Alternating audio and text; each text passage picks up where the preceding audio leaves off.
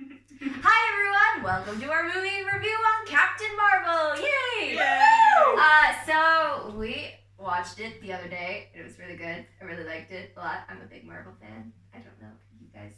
Yeah. So here's the thing. But I'm not gonna lie, like, I am not a Marvel buff. I haven't seen all the movies. I don't know all the backstories.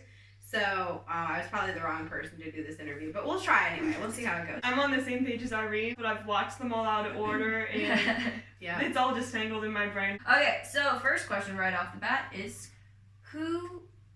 which Marvel character would you want to be and why? I think I would be Captain America, because, like, even before, well, yeah, America. Yeah, these two Americans right here. We're just teasing you guys.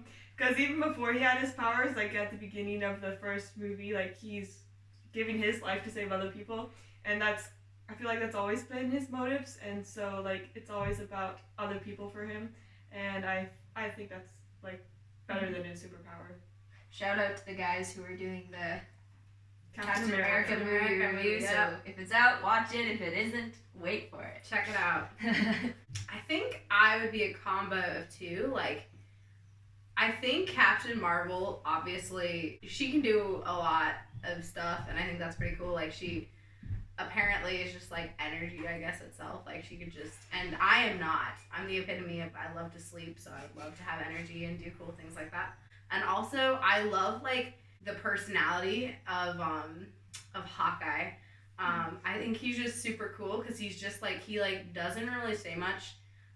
He's just super kick butt, and, like, I like the way he deals with things. Like, he's very calm and, like, is very humble too. Like, I would say he's one of the more humble Avengers.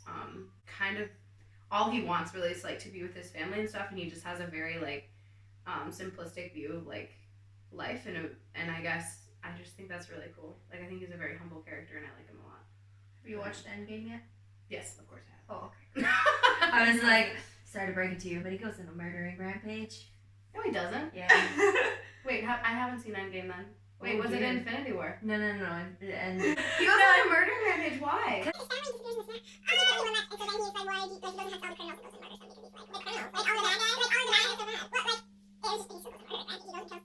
But, like, for superpowers, like, obviously Captain Marvel. I'm sorry, but she's kind of overpowered, but, like, at the same time, it's super cool. Like, you'd never have to wait for a pot of water to boil ever again. You're just gonna... Anyway, that's a very small thing, and also you get to fly, but anyway. But I would think that would be cool. But then also, I really like Shuri, but she's from Black Panther, and she's, like, a super genius, and I think that's super cool. And then she has, like, the cool tech lab, and I think that would be really cool. Now, on to Captain Marvel. Why did we like the movie, and why did we not like the movie if we did? I think it was a good movie. Very interesting backstory. Like, not as, like, you know, exciting as other Marvel movies, but it was just really interesting, I have to say. Yeah. The first time I went to watch the movie, I was really confused, but at the same time, the confusion was kind of cool just because it, like, flips back and forth between the past and the present, and, like, you are dropped in the middle of, you don't know what's really going on. You're kind of on, like, the same level as Captain Marvel, where she doesn't really know what's going on. She does, but she's been lied to, spoiler alert, but, like, yeah. And it actually made your brain think. Because, you know, you can watch those movies and you can just, like, zone out and watch the movie. But then Captain Marvel, I felt, made me think a lot more about what was actually going on in the plot. Okay. I think, like, it was probably obvious to everyone else but me. But, like, like, I was not expecting the twists and turns of the movie. Like, it was definitely very engaging, so... Like Joelle was saying, I was not expecting her story to be what it actually ended up being. Like, it was very much like, it was very unique. Like, I don't know. It wasn't as exciting, I guess, as other backstories, but it was still very, like, interesting and I was not expecting it. I must say, my favorite part of the entire movie is, like, where, like, spoiler alert, the huge flying ships came in to, like, destroy Earth, and then she, like, busts through all of them. It's like and all that jazz. But then I really like it at the end where, like, so she destroyed the whole bunch of them, and then, like, the two dudes in the ship, like, kind of look at each other, and then they look back, and then she just, like, does this and makes, like, a huge explosion. I thought that was the coolest moment ever, and I was like,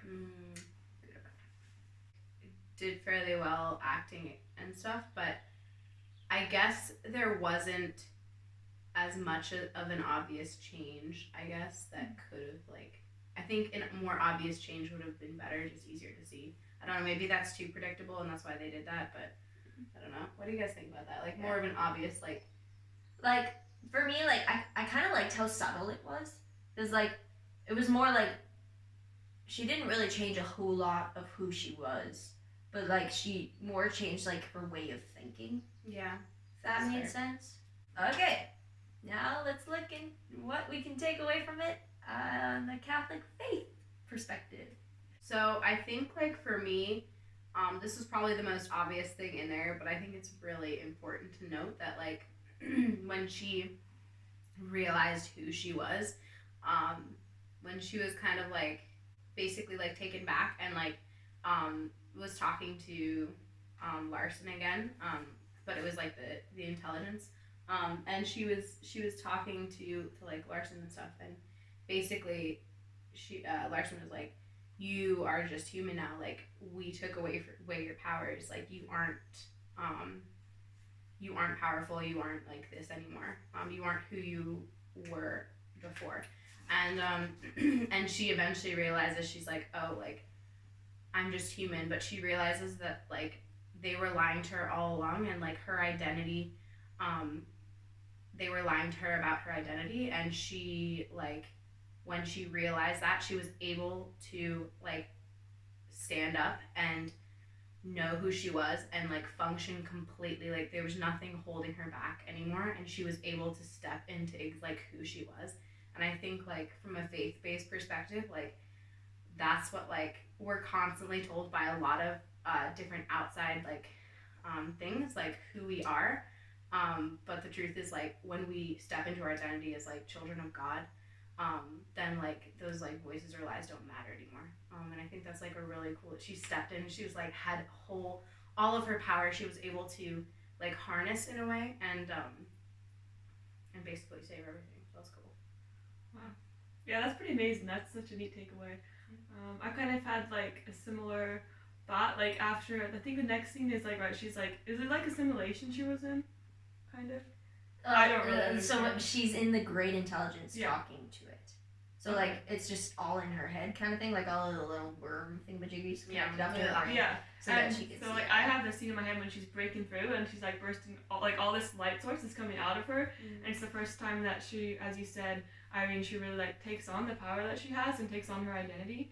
And it's kind of like how, like, the world can beat us down and, like, the evil one can lie to us and we can think, and sometimes, like, we can feel completely empty. But it's in those moments where, like God comes in, and I like to see the light as, like, God's power himself, because, like, this didn't come from her. Like, as you said, she was human, but she had these supernatural powers that were from outside her, and I like to see that as God, like, stepping into that emptiness and being like, hey, like, I'm here, like, I'm inside you, and I've given you everything you need to push through.